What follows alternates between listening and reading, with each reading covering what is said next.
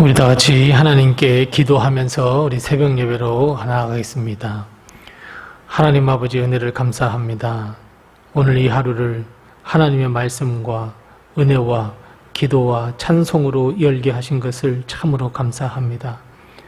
오늘 이 하루를 열 때 우리 감사의 마음을 오늘 하루 동안 간직하게 하시고 오늘 하루도 하나님의 은혜 가운데 살아야겠다는 우리의 결단과 또 우리의 마음을 하나님께서 기뻐 받으시고 오늘 하루를 인도하시고 좋은 것으로 먹이시며 좋은 것으로 입히시며 좋은 것으로 마시우셔서 우리의 삶이 풍성한 오늘 하루가 될 수 있도록 도우시고 인도해 주시옵소서.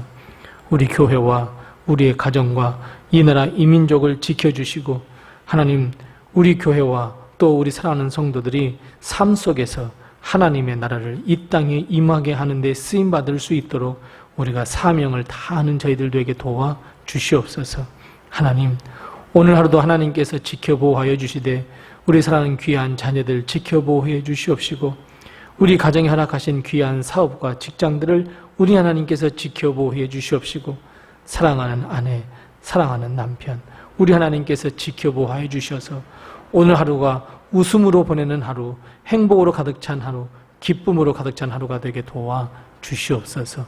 하늘의 복과 땅의 복을 저희에게 베풀어 주셔서 우리의 삶이 풍성한 삶이 되게 도와주옵시고 하나님 오늘도 하나님께서 우리를 돌아보아 주셔서 하나님의 은혜로 하나님의 평강으로 살아가는 오늘 이 하루가 되게 도와 주시옵소서.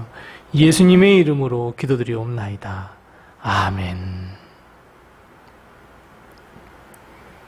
찬송가 570장 우리 함께 같이 찬송하겠습니다. 찬송가 570장 우리 함께 같이 찬송합니다. 570장 같이 찬송합니다. 주는 나를 기르시는 목자요 나는 주님의 귀한 어린 양 푸른 풀밭 맑은 시냇 물가로 나를 늘 인도하여 주신다.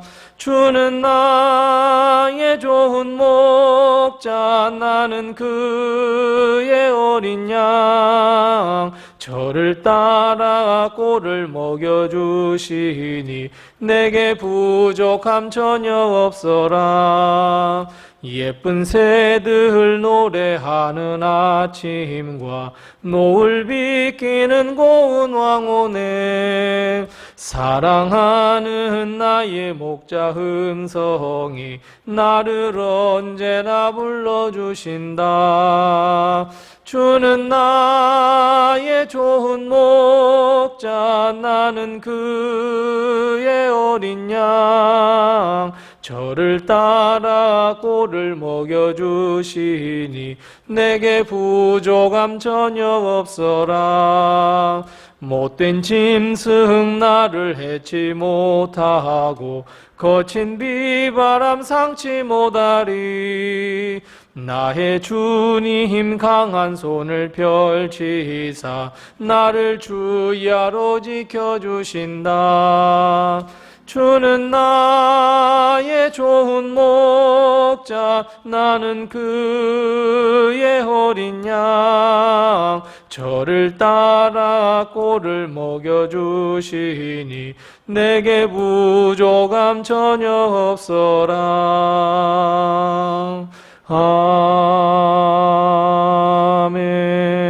아멘. 아멘.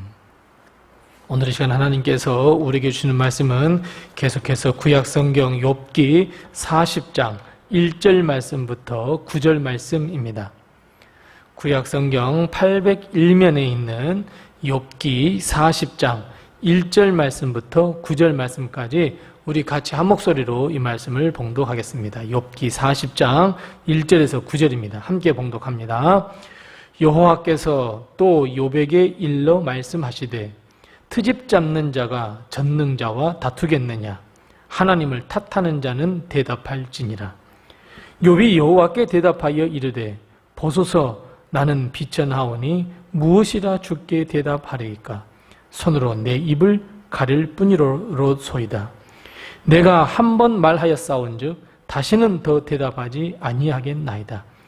그때의 여호와께서 폭풍우 가운데서 욥에게 일러 말씀하시되 너는 대장부처럼 허리를 묶고 내가 네게 묻겠으니 내게 대답할지니라. 내가 내 공의를 부인하려느냐? 내 의를 세우려고 나를 악하다 하겠느냐? 내가 하나님처럼 능력이 있느냐? 하나님처럼 천둥 소리를 내겠느냐? 아멘. 오늘도 하나님의 큰 축복과 은혜가 우리 교회와 우리 성도님들의 가정에 늘 충만하시기 바랍니다. 우리는 우리의 뜻대로 이루어지지 않을 때, 무엇인가 소원하거나 우리의 마음속에 가지고 있었던 소원이 우리의 뜻대로 이루어지지 않을 때 우리는 쉽게 다 남 탓을 해버립니다. 어찌 보면 남 탓을 하는 것은 우리가 가진 본능이고 이것을 심리학적인 전문용어로 이야기하면 방어 기제라 이렇게 이야기합니다. 내가 저지른 실수에 대해서 책임을 지지 않으려는, 나 때문에 그런 일이 일어나지 않았어 라고 이야기할 때, 그것을 간접적으로 주장할 때 우리는 방어 기제 남 탓을 쓰고 있습니다. 자, 이것을 쉽게 이해할 수 있는 방법, 그 사건 하나가 있습니다. 무엇입니까? 바로 맞습니다. 선악과를 따먹은 아담과 하와를 보면 알 수 있습니다. 선악과를 따먹었습니다. 하나님이 두려워 숨었습니다. 근데 하나님께서 아담과 하와를 부르셨습니다. 아담아, 내가 어디 있느냐? 근데 하나님께서 묻습니다. 왜 선악과를 따먹느냐고 물으셨습니다. 근데 어느 누구도 아담이나 하와가 서로 책임지려 하지 않았습니다. 서로 어때요? 남 탓하고 있습니다. 아담은 누구 때문이라고? 하와 때문이라고. 그것도 하나님께서 만들어주신, 하나님께서 만드셔서 제게 주신 이 여자 하와 때문에 내가 그랬습니다 라고 남 탓을 합니다. 하와는 또 어떻습니까? 하나님, 저 뱀이 나를 꿰습니다. 하나님께서 만들어주신 하와 때문에, 하나님께서 만드신 뱀 때문에. 어찌 보면 남 탓을 하고 있는 것처럼 보이지만 하나님을 탓하고 있는 아담과 하와를 볼 수 있습니다. 이런 일은 우리의 삶 속에서도 우리는 쉽게 발견할 수 있습니다. 다 남 탓해버립니다. 하나님을 믿는 우리가 기도를 열심히 했으나 그것이 뜻대로 이루어지지 않았을 때 우리는 하나님 탓합니다. 내가 죄를 지었을 때는 하나님, 내가 죄인입니다. 내가 죄를 지었습니다 라고 말하기 전에 우리는 쉽게 그 사람 때문에 죄를 지었습니다. 심지어 더 나가서 모든 것이 다 하나님 때문이라고, 하나님께서 응답하지 않으셨기 때문에, 하나님께서 은혜를 베풀어 주셨기 아니했기 때문에, 하나님께서 나를 인도해 주시지 아니했기 때문에 결국 내 책임은 하나도 없다 이야기합니다. 욥은 자신에게 일어난 고통의 사건이 전혀 자신 때문도 아니며 하나님 앞에 의로운 삶을 살았고 왜 이런 일이 도대체 일어나는지 모르겠다고 하나님께 질문을 던집니다. 결국 하나님께서 나타나셔서 하나님은 자연현상을 비롯한 여러 가지 질문을 던지면서 사람이 가지고 있는 한계를 분명하게 밝혀주시고, 그리고 오늘 다시 한번 하나님께서 욥에게 직접 물으십니다. 2절 말씀입니다. 뭐라고 말씀하십니까? 트집 잡는 자가 전능자와 다투겠느냐? 하나님을 탓하는 자는 다 대답할지니라. 하나님께서 욥을 향하신 거룩한 뜻과 하나님의 마음을 전혀 이해하지 못하는 욥에게 하나님은 욥의 한계를 드러내면서 하나님께 트집 잡으며 하나님 그렇게 한 것이 정말 정당하지 못합니다라고 욥은 이야기했을 때 욥은 무엇이 정의이고 무엇이 공의라고 하나님께서 오히려 따져 묻습니다. 하나님은 욥에게 그 질문에 한번 대답해 보아라 대답했을 때 이 질문을 들은 욥은 이렇게 대답합니다. 우리 다 같이 4절 말씀 같이 읽어보겠습니다. 우리 4절 말씀 같이 읽습니다. 보소서, 나는 비천하오니 무엇이라 주께 대답하리이까? 손으로 내 입을 가릴 뿐이로소이다. 아멘.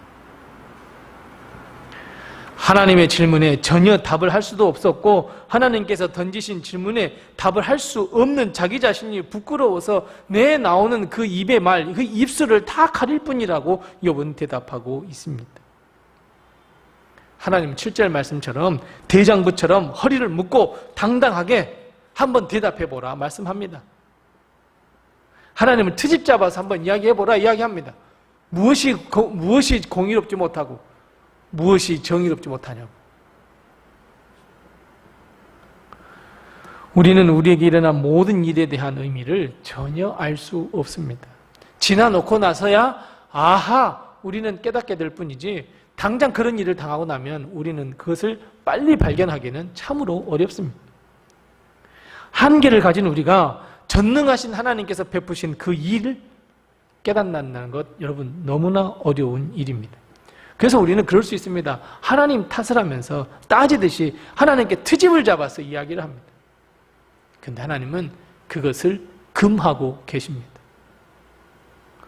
오히려 하나님은 우리에게 일어난 일에 대해서 따지듯이 하나님을 탓하는 것에 대해서 그것을 대신해서 오히려 하나님은 그 의미를 묻고 그 안에서 하나님의 뜻을 깨달았으면 좋겠다고 하나님은 말씀하십니다. 왜 이런 일이 나에게 일어나는지, 왜 하나님은 여러분 이것이 아니라 하나님 이 일을 통하여 이 종에게 무엇을 말씀하시려 하십니까? 겸손하게 무릎을 꿇고 그 일에 대해서 하나님께서 하시고자 하시는 일, 그 말씀과 뜻을 깊이 묵상해야 한다는 의미입니다. 사실 욥은 자신에게 이런 고통스러운 일이 일어나자 자신의 생애를 저주했습니다. 차라리 태어나지나 말 것을, 왜 이런 고통이 나를 덮쳤는지 하나님께 따지듯 물었습니다. 하나님 도대체 왜 이런 고통을 내가 당해야 합니까? 욥의 친구들이 와서 조언을 할 때는 도무지 나는 죄를 짓지 아니하였다고, 오히려 욥의 외로움과 괴로움, 자신의 삶을 드러내는 말만 이야기했습니다. 우리의 모습과 전혀 다를 바가 없습니다. 심지어 엘리후가 따끔하게 이야기할 때도 전혀 반응이 없었던 욥입니다.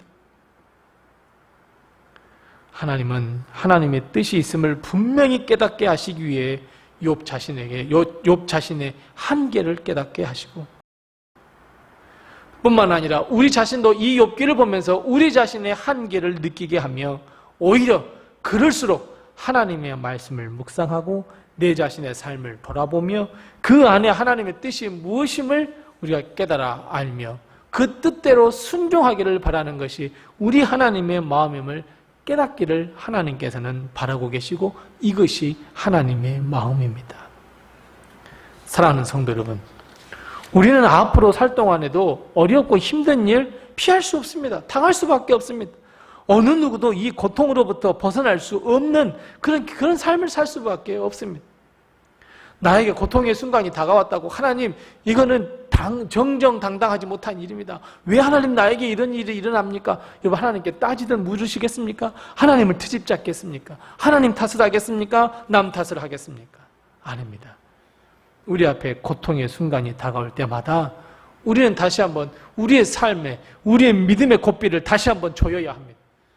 하나님의 뜻과 하나님의 마음을 발견해야 하고 하나님께 원망하기에 앞서서 하나님을 탓하기에 앞서서 하나님 이 일을 통하여 내가 무엇을 하기를 원하십니까? 이것이 우리의 기도가 되어야 하고 오히려 하나님께 물어야 할 것이 이것임을 깨닫고 우리는 하나님 앞에 겸손하게 무릎 꿇어서 기도해야 합니다. 사랑하는 성도 여러분, 우리에게 일어나는 모든 일들은 분명히 하나님의 뜻이 있고 하나님의 계획하신 바가 있습니다. 나중에 지나놓고 나면 우리는 그것을 하나님의 섭리였구나. 그때 그런 일들이 일어났던 것은 하나님께서 여기까지 이르게 하셔서 이런 복을 누리게 하시기 위함이었구나. 이것이 하나님께서 원하시는 길이었구나. 하나님의 섭리였구나. 우리는 깨닫게 됩니다. 그래서 여러분, 우리에게 어떤 일들이 일어날지라도 우리는 조용히 하나님 앞에 무릎을 꿇고 주의 종이 어떻게 살기를 원하십니까? 하나님, 내가 이 일을 당했습니다. 하나님, 이런 일들을 통하여 내가 어떻게 앞으로 삶을 살아야 하겠습니까? 순종과 겸손의 마음으로 우리의 무릎을 꿇고 하나님께 나가는 슬기로운 우리의 믿음으로 헤쳐나가는 우리 모든 성도들이 다 되어야 합니다. 여러분, 그래서 기도하는 무릎, 겸손의 무릎 회복하시기 바랍니다. 하나님은 우리를 사랑하셔서 반드시 하나님의 음성으로 우리에게 들려주시고 우리가 어떻게 해야 할지를 분명하게 가르쳐 주실 줄로 믿습니다. 순종하십시오. 기도하겠습니다. 우리 함께 기도할 때 두 가지를 먼저 기도하겠습니다. 첫 번째 기도할 것은 하나님 매 순간마다 하나님의 뜻을 깨닫게 해 주시옵소서. 우리 함께 기도하십시다. 두 번째 기도할 것은 어떤 순간에도 하나님을 탓하거나 원망하거나 트집잡지 아니하고 오히려 하나님의 인도하심에 순종하며 그 속에서 하나님이 하시고자 하시는 그 뜻을 깨닫게 해 주시옵소서. 우리 함께 이 두 가지를 먼저 기도하시고 또 우리가 하나님께서 주신 기도의 제목들을 가지고 우리 하나님께 기도하겠습니다.